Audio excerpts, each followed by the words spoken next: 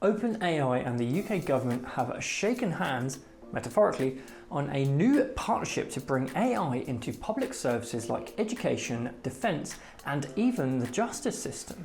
Because who wouldn't want ChatGPT helping with court cases or lesson plans?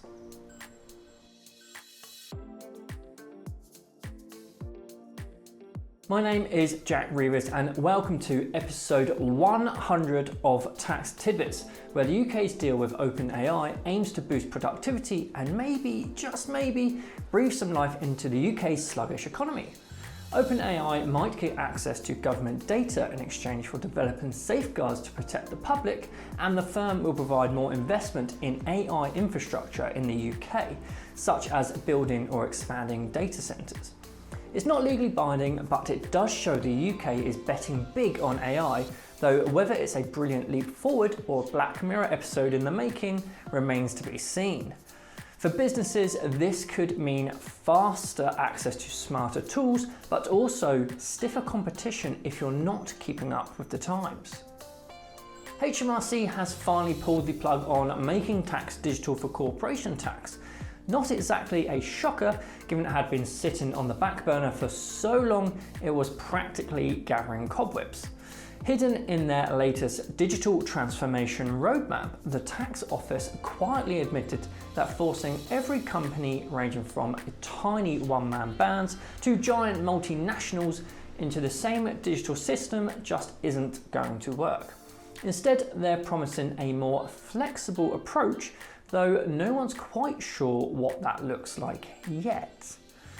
The announcement might nudge a few more sole traders into incorporating, because dodging MTD for income tax feels like a legit life hack, but the bigger question is, what's HMRC planning next?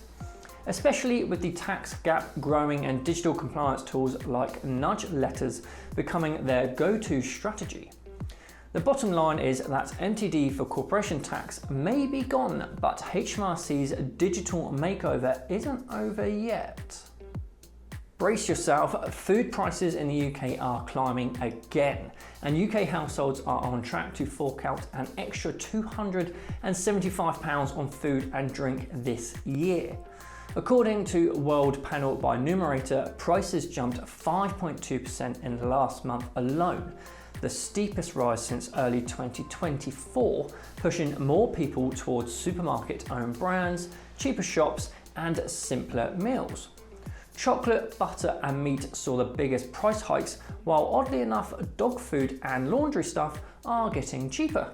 Great news for your pooch and your socks.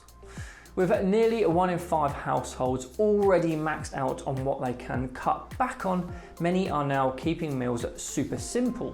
Less Sunday roast, more beans on toast. For businesses, especially those in food retail and hospitality, this means tighter margins, pickier customers, and a growing demand for value over luxury. The government has warned that people retiring in 2050 could be £800 a year worse off than today's pensioners unless major changes are made to boost retirement savings.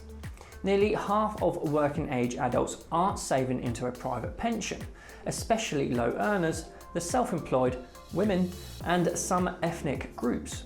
To tackle this looming crisis, the government is dusting off the old Pensions Commission and reviewing the state pension age again, which is already on track to hit 68 by 2046.